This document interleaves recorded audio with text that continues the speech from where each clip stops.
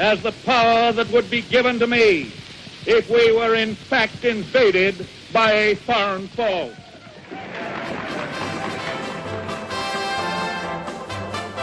Preceded by a big show, Roosevelt launched his program to fight the effects of the Great Depression and to give a new boost to the American economy, which had been ravaged since the 1929 stock market crash. $5 billion were allocated to fight unemployment. Over 3 million Americans were hired, rising to 8 million 2 years later. Roosevelt had 15 key laws passed. He established a system of social welfare, pensions, unemployment benefit. He outlawed child labor, discrimination against hiring blacks and women, and he introduced a minimum wage. A few timid people who fear progress will try to give you new and strange names for what we are doing.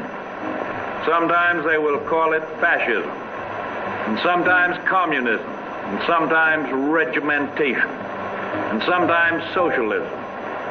But in so doing, they are trying to make very complex and theoretical something that is really very simple. Hitler has often protested that his plans for conquest do not extend across the Atlantic Ocean, but his submarines and raiders prove otherwise. And so was the entire design of his new world order.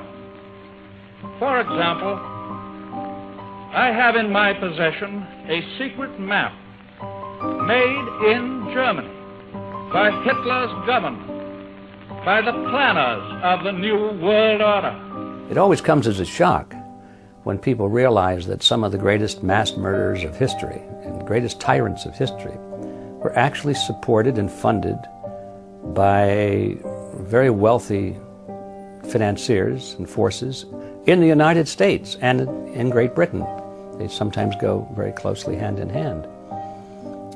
Everybody knows about the rise of Hitler, but they don't realize that the Nazi Party was funded by many of the banking dynasties that still exist in the United States. They funded him, the large corporations.